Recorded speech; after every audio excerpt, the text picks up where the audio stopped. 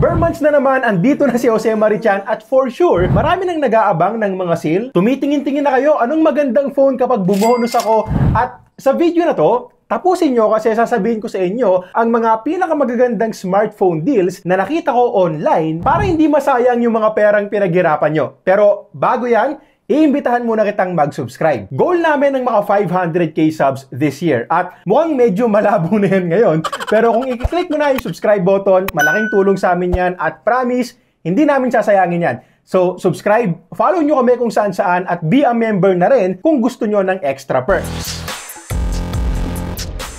Okay, so unahin muna natin yung mga flagships or dating flagship na bumaba na talaga yung presyo ngayon kaya naging mas sulit at unang-una dyan ang Samsung Galaxy S23 Ultra. Ngayong 99 sa Lazada, pwede na lang natin itong makuha for less than 52,000 pesos. At sobrang gandang deal niyan, lalo na't nasa 82,000 pesos ang launch price nito last year. So, 82, 50, almost 40% off na rin ngayon at very close din naman yung experience kung ikukumpara natin sa latest flagship ng Samsung ngayon na S24 Ultra. Maganda rin yung camera, performance and software, battery life of course, build and design. Actually, kung hindi nga lang ako tech reviewer na kailangan or gustong maging updated sa mga bagong tech ngayon, mas pipiliin ko yung S23 Ultra kesa dito sa S24 Ultra. Kasi nga, sa presyo nitong S24 Ultra ngayon, makakabili ka na ng isang old flagship na S23 Ultra at isa pang Galaxy A55 na magandang upper mid-range phone din from Samsung. So, naka-flagship phone ka na,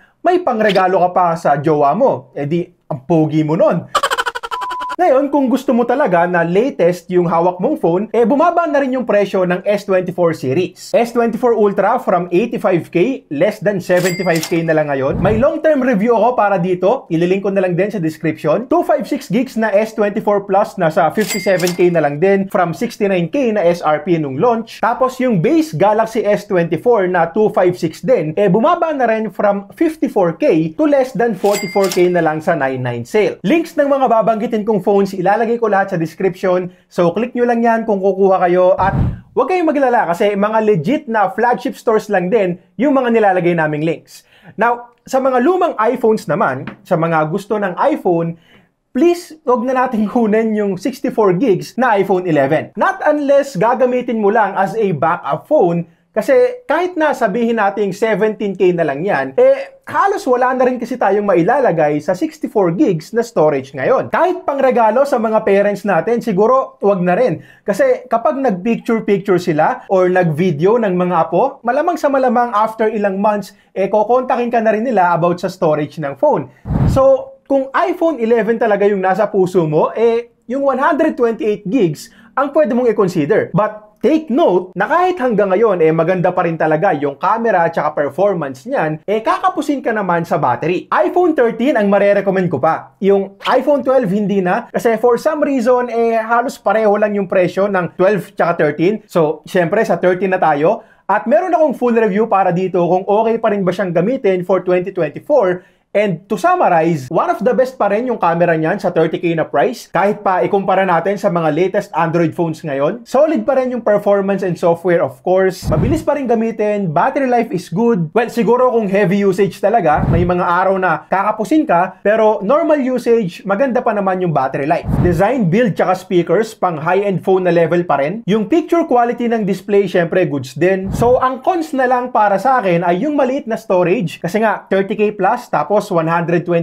gigs lang. So, malamang mag-backup ka from time to time. Yung lightning port, hindi rin okay sa akin. Tsaka yung 60Hz na refresh rate. Lalo na, mayabang kasi ako. Puro 120Hz na yung mga gadgets ko. Yabang. Karamihan kasi talaga naka-high refresh rate na kahit pa sa mga budget phones natin ngayon. Even budget-friendly na monitors, nagwa 100Hz na rin. So, medyo big deal na siya para sa akin. Now, yung iPhone 14 naman na nasa 37k na lang, pwede rin nating i-consider. Pero para sa akin kasi, iPhone 13 talaga yung pinaka bang for the buck na iPhone ngayon kasi siya yung pinakamurang iPhone ngayon na hindi mo mararamdamang na pag-iiwanan ka dahil para ka pa rin talagang naka-latest iPhone. At speaking of latest iPhones, bumaba na rin yung presyo ng 15 series. Pero, paparating na rin kasi yung iPhone 16 series, so kung pang iPhone 15 yung budget mo, mas maigi kung wag ka munang bumili. antayin mo muna yung 16 series kasi baka mas magustuhan mo yon, or kung hindi man naaabot yung budget mo doon, malamang bumaba pa lalo yung price ng 15 series paglabas ng 16.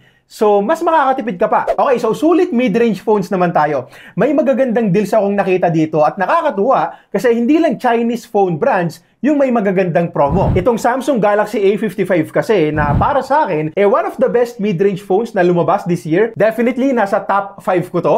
From 25K, pwede na lang natin itong makuha ngayon for less than 20K. So, nasa 5K discount na rin at panalo to sa ganyang price.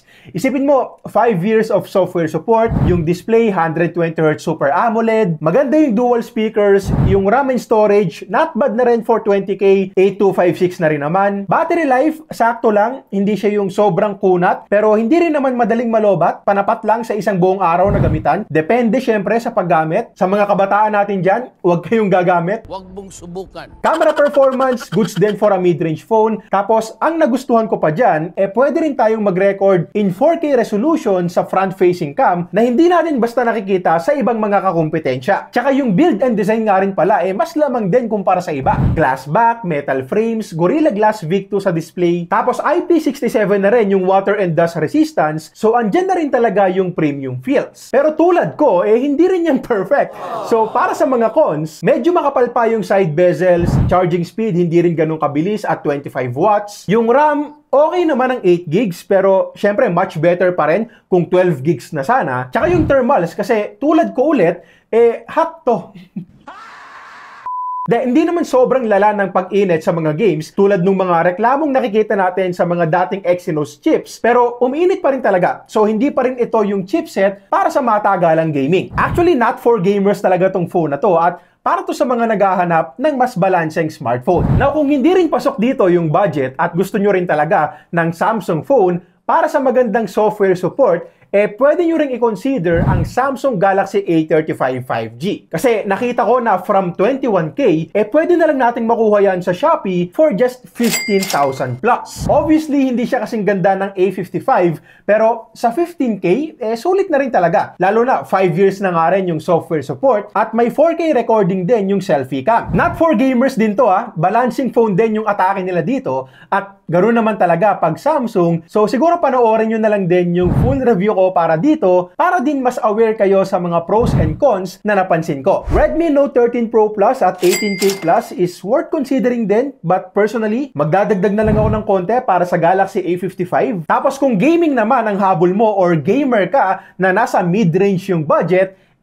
Poco phones ang marerecommend ko. Mostly performance-centric phones kasi talaga yung gawa nila. So, umpisahan natin sa flagship nila na pang upper mid-range lang ang presyo na Poco F6 Pro. Ito, pamatay flagship talaga tong phone na to. Karamihan sa inyo, alam na rin naman na mataas talaga yung specs para sa presyo. Snapdragon 8 Gen 2, LPDDR5X, UFS 4.0 storage, yung display 2K resolution, 120Hz AMOLED na rin with 4,000 nits of peak brightness pa. Good sounding speakers, mas premium na rin yung design ngayon kumpara last year. Yung battery life, hindi ganun kakunat. Saktong battery life lang din for a day of use. Actually, ganyan din yung sitwasyon sa iba pang mga Poco phones na babanggitin ko mamaya. Pero yung charging ang impressive kasi 120 watts yung charging speed dito. So kung iti-turn on natin yung boost mode, pwedeng maging 20 minutes lang yung charging time from 10 to 100%. Main camera is good din naman. Medyo boosted lang talaga yung colors. Yun nga lang syempre may mga cons pa rin tulad nga nung pag-init sa mga most demanding games. Well, ganun din naman yung mga mas mahal na flagship gaming phones.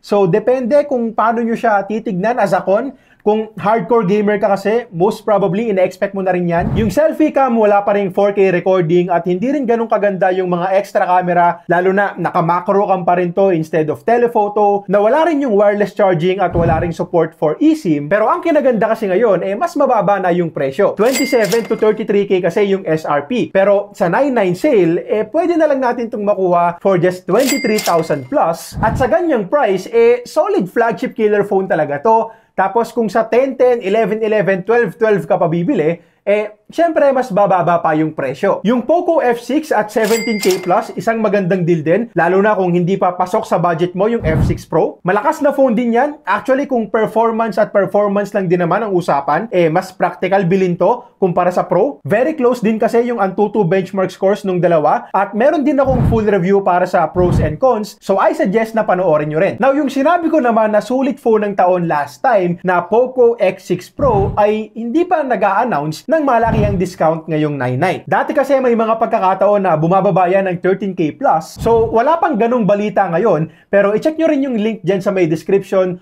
Official Poco store din yan, at kung sakaling makita nyo na nasa 13 to 14K lang yung price, panalong-panalo tayo dyan. Solid performance, isipin mo, lagpas 1 million din yung Antutu score at 13K. Magandang display, good battery life, decent camera and speakers. May mga cons of course, but 13 to 14K, hindi na para magreklamo pa. Mention ko na rin ang Infinix GT20 Pro. Ang dami rin kasing gaming features ng phone na yon, like bypass charging, frame interpolation, at yung mismong design ng phone pang gamer din talaga. So again, magmumukha kang malakas kahit hindi. Yun nga lang, tulad ng X6 Pro, hindi rin ganun kalaki yung in-announce nilang discount ngayong 99 sale. I mean, good deal pa rin naman yung 15K from 17K na SRP, lalo na may free gaming kit ulit silang ino-offer ngayon, like phone cooler, libreng case, libreng thumb something, thumb grip, thumb gloves, thumb sleeves. But since almost 3 months na rin mula nung una yung i-launch,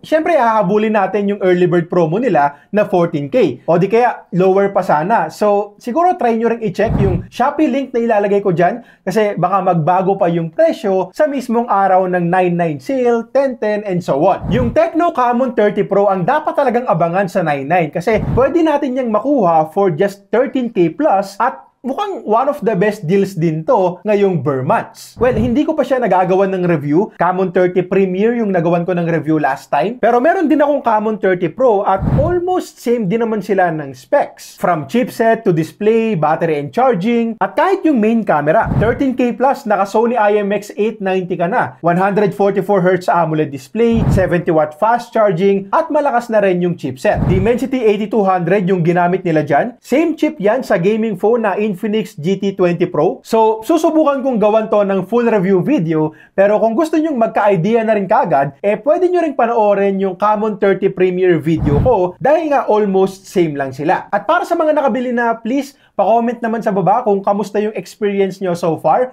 para din makatulong tayo sa mga bibili pa lang. Now, balik naman tayo sa mga mas balancing mid-range phones, at eto isang magandang flagship killer din, Honor 200 Pro. Well, hindi pa ganun kalaki yung binaba nito sa presyo since bago pa lang din naman, pero nakita ko na meron pa rin silang ino-offer na free JBL sound gear ngayon worth 10K. Yung sa akin, nabenta ko pa for 5K, so pwede nyo rin gawin yon.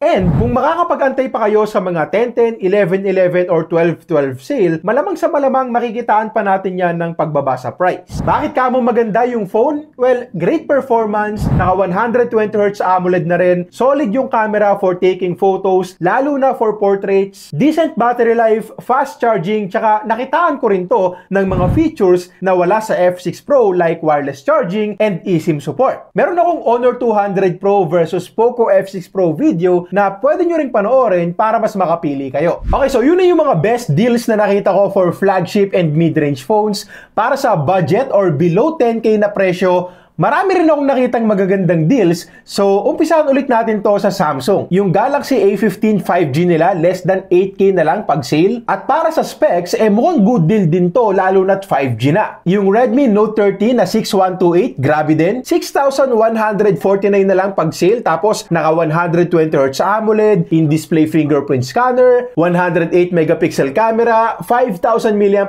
battery na rin with 33W fast charging, dual speakers, mukhang maganda rin yung design dahil simple lang. And yes, hindi ganun ka-powerful yung chipset na Snapdragon 685, pero sa 6K price, ang gandang deal nito para sa akin. Actually, ang dami nga rin bumili nito online at ang taas din ng rating sa Lazada. Tapos nakita ko na 2 years din yung warranty na ino-offer nila, na importante din para sa akin. Infinix may magagandang deals din. Yung Note 30 4G nila from last year, less than 6,500 na lang. Naka G99 yan, 120Hz IPS LCD, dual speaker, speakers, 45-watt charging na may bypass mode. Problema nga lang syempre, hindi na ganun katagal yung software support since last year pa nga ito nirelease. Pero kung gusto nyo ng latest, andyan din yung Infinix Hot 40 Pro na almost same specs lang din talaga sa Note 30 4G. May mga lamangan yung dalawa pero kung pipili ako, Hot 40 Pro na lang para kahit papano mas matagal pa yung support. Though maiintindihan ko rin naman kung mas pipiliin nyo yung Note 30 4G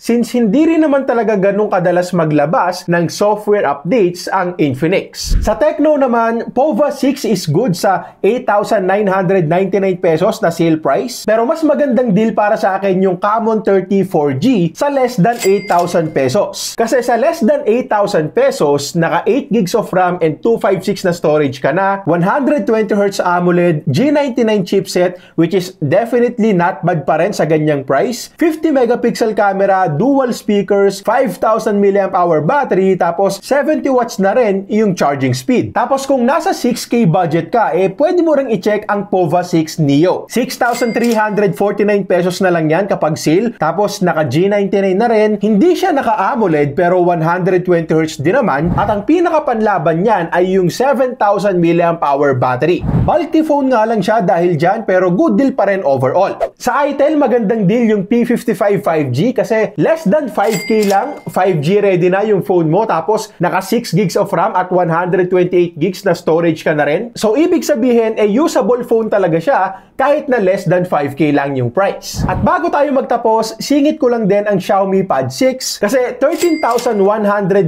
pesos na lang din yan at para sa akin, pinakasulit na tablet to sa ganyang presyo. Mas maganda pa to sa bagong Poco Pad nila at syempre may mga cons din naman pero di hamak na mas lamang yung mga pros lalo na ngayon na bumaba pa lalo yung presyo. So full review video natin nasa description kung sakaling interesado kayo. Okay, so yun lang muna para sa ngayon. Sana nakatulong tong video. Lahat ng mga phones na nilista ko dito, sulit talaga para sa akin. So, dedepende na lang sa kung ano yung kailangan or gusto mo sa isang phone. Again, links ng mga official stores nasa description. Huwag kalimutang mag-subscribe. Kung naghahanap ka ng sulit na TV, click mo lang to. At kung flagship gaming phone naman ang hanap mo, click mo lang to.